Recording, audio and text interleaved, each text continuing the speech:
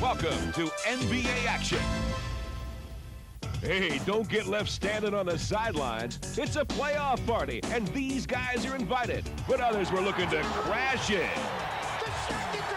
So let's get charged up for the NBA's second season. Trailer left. Slams it down. What time is it? Ken's got it right up into the alley. Whose game is it? It's Michael Jordan's game. The mailman delivers. Stolen over the head. Less than a second. There's Donovan. Three-pointer. Yes! Oh, my. Oh, did you see that? Yes! Yes! Oh! How high can you get up? We begin this week's show with our action reel and a look at some teams fighting for their playoff lives going into the final week of the regular season. The Charlotte Hornets had a chance to lock up their first ever playoff berth against Milwaukee, and they were not going to be denied. 3 on the shot clock. What a play. The Hornets are in the playoffs. The talk around the league is nobody wants to play the Charlotte Hornets in the first round. You know, they call us sleepers, and we'll take it. That's what we want to be, a sleeper. Another expansion team looking for their first postseason bid were the Orlando Magic, who needed a win against New Jersey to stay in the hunt. And Nick Anderson led them with a career night. Followed by Nick Anderson. 50 points. And the Orlando Magic leave the floor with their playoff hopes alive. Also staying in the playoff picture were the Detroit Pistons.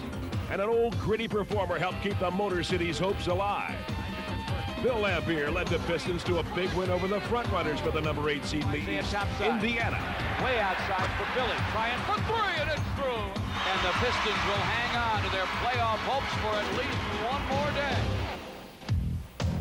Even with a loss, Bob Hill's Pacers were still in the driver's seat for the final playoff spot. Big ball game for Indiana tonight. Win, go to the playoffs. Lose, you still might go, but your fate is out of your hands. Hang on! What a move by the rookie. The Heat gave Indiana all they could handle. But then, a veteran reserve would emerge as a hero, as Vern Fleming simply took over on both ends of the floor. Here's a steal by Fleming. He's trying to make a statement here. He's letting these guys know, look, I'm about business. That's it. Ball game is over. Pacers win 94-88. There goes one of the most relieved men in 48 states contiguously. Still, one question remained. Who would occupy the number 1 spot? The Bulls needed a win over arch-rival Detroit in order to keep pace with the New York Knicks. However, this wasn't going to come easy. 95-95. Overtime here at the stadium. But Phil Jackson knew Superman could take him home. Michael makes the move and goes right to the basket. Scott Williams made the break. Jordan again! The Bulls are now just 1 game under the Knicks. A few nights later, New York looked to counter, taking on the Sixers. Yeah, the Knicks beginning the game 1 game in front of Chicago. The Bulls playing at Charlotte tonight. Home court advantage in perhaps the NBA Finals, possibly at stake. Philly proved to be no match for the Knicks as they stormed past the Sixers in the second half, led by Patrick Ewing's 26 points. Pat Riley's club heading for the playoffs, and now very likely with the best record in the Eastern Conference. If you're going to have something, you might as well have home court. We've earned it. We've worked for it all year. But in this week's marquee matchup, we see the Bulls had a shot at the home court until the very end. The Bulls have to win this one and have to beat New York on Sunday in order to get the Eastern Conference Championship. And early on, it looked as though the Bulls would rise to the occasion. Here's Michael Jordan off the glass. 5 seconds to go in the quarter. Pippen, terrific move. Oh, my. But Alan Bristow's troops answered the call and began chipping away at Chicago's 9-point lead. Until morning. Led by Larry Johnson, Charlotte quickly turned the game around. Nice pass. Finds Gill, steps back, misses, rebound, Johnson. Tough move by Larry Johnson, and the Hornets have a 3-point lead. Jordan into the left-hand block by Mourning. Great play. Beautiful pass from Bones. The biggest lead of the game. But as the fourth quarter began, it was clear that one man would answer the call for the Bulls. Oh, great move. Oh, yes! I'm sorry. as Charlotte struggled to hold the lead. Jordan's teammates seemed to take his cue. The Bulls responded by tying the game, setting up this dramatic finale. Under a minute to go. Got to take the charge here. Oh, and count it! And count it! Johnson will go to the line, which would give the Hornets a 1-point lead with 48 seconds remaining. And after LJ hit the ensuing free throw, Michael Jordan baseline, 1 point. Chicago lead, 17.8 remaining. but a pair of crucial free throws by LJ, and this costly turnover helped seal the Bulls' fate. The Charlotte Hornets have upset the Bulls. The Bulls will not be Eastern Conference champions. With the regular season in the books, we now look at the opening round postseason matchups. The New York Knicks will be seeking their first visit to the Eastern Conference Finals since 1974 as they host the Pacers Friday in New York. Michael Jordan, the league's leading scorer, will square off against the number 2 scorer, Dominique Wilkins, as the Hawks visit the Bulls on Friday. Cleveland will host an injury-riddled New Jersey team Thursday in a rematch of last year's opening round series. Rounding out the Eastern Conference, Boston will face high-flying Charlotte Thursday at the Garden as the Hornets make their first-ever playoff appearance. Looking to the Western Conference, the Phoenix Suns open the playoffs Friday against the Lakers and will enjoy home court advantage throughout. Houston, the league's hottest team since the All-Star break, will host the LA Clippers Thursday night at the Summit. In a rematch of last year's Western Conference semifinals, the Seattle Supersonics open their first-round series Friday against the Jazz. And the Portland Trail Blazers begin defense of their conference crown Thursday at Memorial Coliseum against the Spurs. Coming up next, the much-improved man in the middle for Miami holds court. I gave up my summer vacation to get stronger and work on my game. And you'll meet the man who made history in Minnesota. He's done it, Michael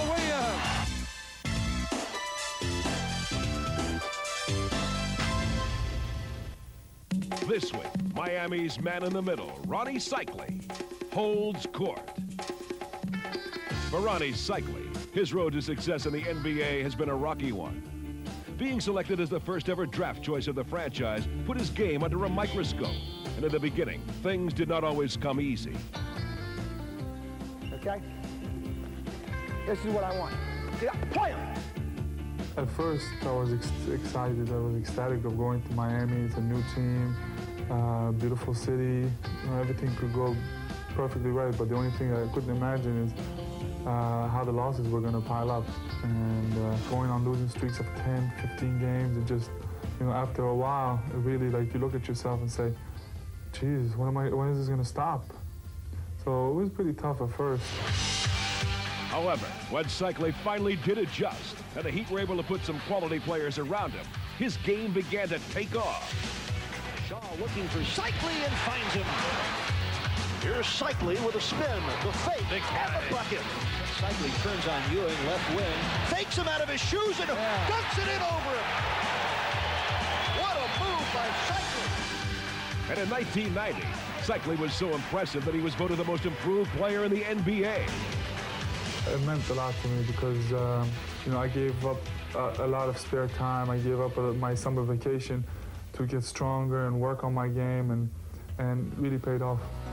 And this year, after a slow start, Seikaly has taken his game to an even higher level, and the rest of the league is starting to take notice. I think Ronnie's playing with a lot of emotion, and he has somewhat a little chip on his shoulder, you know, to be recognized as one of the top 10 centers in the league. I don't think he gets the recognition he deserves.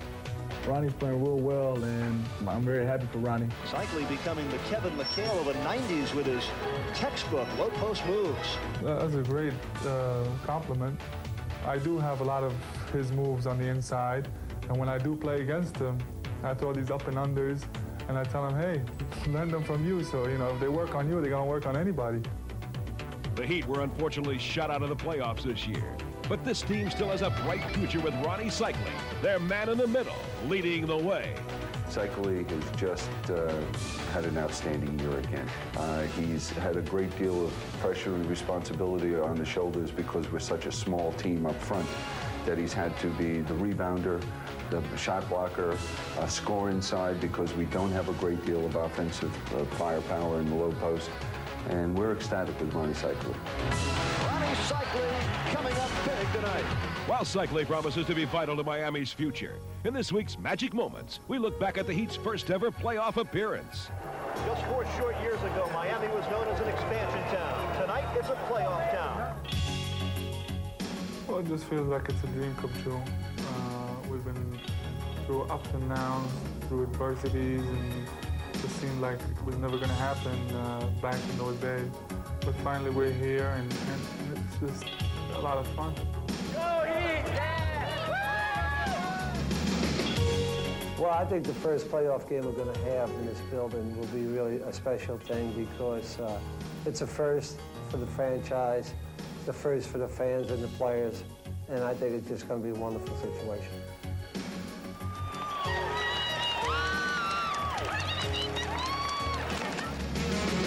And though Chicago swept Miami, the experience was one that will live forever in the minds of Heat players and their fans. These fans enjoying their first ever playoff game.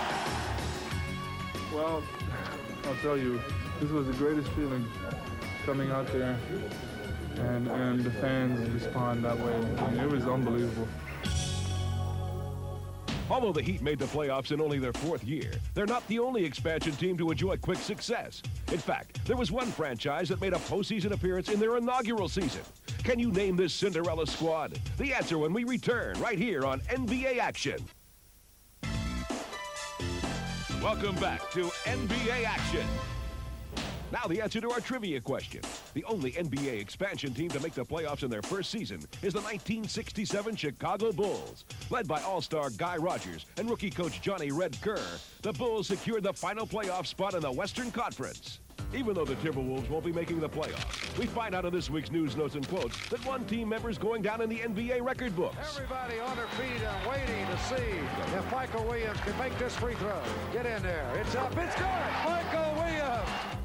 And to get the record and continue it into next season, I have all preseason to get my misses out. I can just continue to build on it. Ron Rothstein won't have a chance to build on his first season as Pistons head coach because he was fired Monday. The Pistons missed the playoffs this year for the first time in 10 years. We now switch from firing to retiring as the Bucks retire the number of Kareem Abdul-Jabbar, who led them to their only championship in 1971. I want you to know you have my love and best wishes, and I hope I'll be back again soon to share a few numbers with you. Thank you so much. Elsewhere, Phoenix guard Kevin Johnson strained ligaments in his knee while celebrating a dramatic victory over the Blazers. The injury bug also landed in Houston, where Rocket guard Vernon Maxwell broke a bone in his left wrist. Instead of breaking bones, the Mavericks barely avoided breaking a record. Dallas gets its 10th victory of the season, and Gar Hurd has escaped the history books, as have the entire Mavericks team. Dallas's future's looking brighter, thanks to a newcomer to the Mavs who's a real rookie to watch. Explosive shooting guard Jimmy Jackson from Ohio State. Jim Jackson comes up with it. And Jackson with another big-time dunk. It looked as though the Mavs and their fans wouldn't get to appreciate Jackson's great play, as the number 4 pick overall conducted a lengthy holdout, missing 55 games. When he finally signed, would he be ready for the NBA? Just watch. Jim Jackson working the baseline. Jackson wants the ball in this situation. He wants the ball. Blows to the basket. But he's more than a one-dimensional scorer.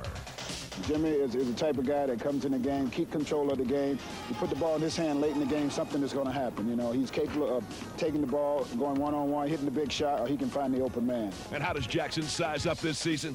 I think my shooting percentage right now is a little low from not being in the rhythm. But as far as getting used to my teammates, distributing the ball, and doing little things like that, I'm quite satisfied with right now. We tip things off an NBA encore with some real wild ones that are worthy of a glimpse. Take it away, James. Throws up a... Oh, it went in. What was that? Well, that's the same question we have for Sacramento's Spud Webb. You can count it. Spud Webb. Bucket good, and he's fouled. A little shake, rattle, and roll by Avery Johnson. Avery Johnson with a sensational kiss off the glass. Need a bucket? Why not give it to a guy who can deliver in the crunch? It's good! What a shot! Let's take a quick trip around the league and check out some of the tastiest teamwork the NBA can offer. Loose ball picked up by Augment. Up it goes to Dominique, and there's the slam. The Bulls with a chance to put it in double figures here. Lob to Michael. What a play. Yes, sir. Oakley. Oh, what a pass from Charles Smith. No look feed, Dennis Scott. No look feed for the big fella. And how about some big jams as we get in your face with a man on the run? The Lakers' Tony Smith. The slam dunk basket count. Oh. Boy, did he ride that thing to the basket. Oh, Tone. Patrick Ewing. You know, Shaq, you should really respect your elders. Ouch. Well, come to think of it, there's really nobody or nothing that can withstand a full-fledged Shaq attack. You don't believe me? Just watch.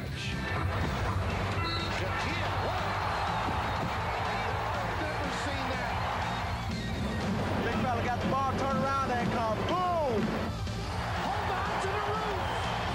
The Shaq attack.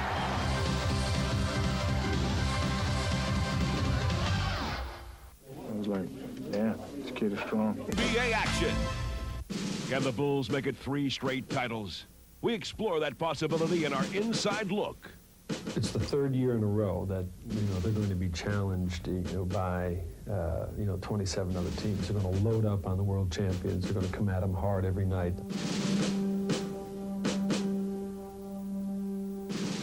Everybody's always looking at what's wrong with your team, what's wrong with you guys. Something's wrong. You're not playing as hard as you did last year. In their quest for three-peat, the Bulls have been confronted by history and themselves. The rest of the NBA hasn't been too accommodating either, as formidable challengers from around the league have taken their best shot at the champs this season. But Chicago is still standing.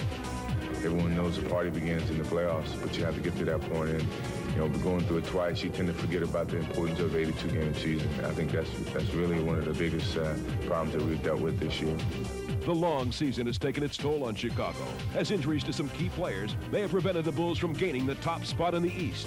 We played 4 years basically injury-free, and then this year, things have caught up with us, and we're just happy that we're going along the way we're going along without Michael, Scotty, or Horace having an injury that's sustaining a long period of downtime for them.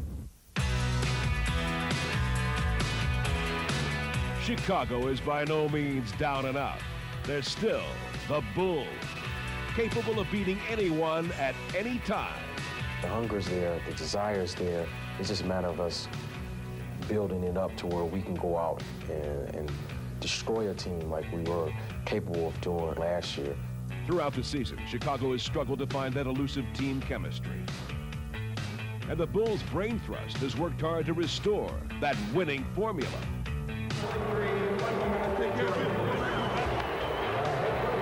Michael Jordan, don't foul him here.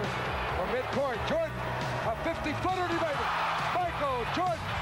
With improved play over the past month, Chicago seems poised for the playoffs.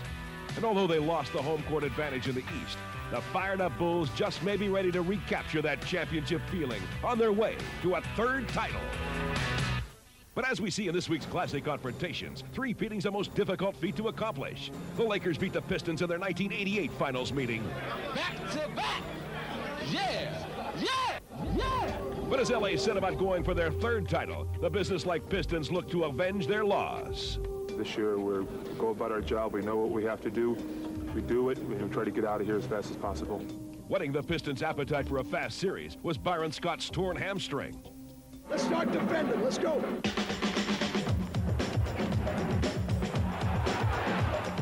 Don't give them easy field goals. Make it tough. Make it tough. And if things weren't tough enough for the Lakers, they'd lose magic in Game 2 with a torn hamstring. During the season, you deal with it, okay, because you know you get back. And now it's like you don't have another chance.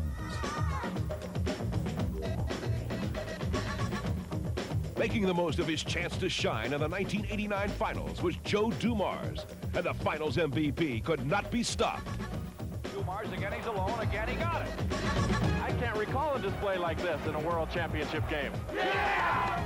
The Pistons are the basketball champions of the world! And now that we have you on the edge of your seat, it's time for the top 10 plays of the week. 5, 4, 3, 2, 1. In our courtside countdown.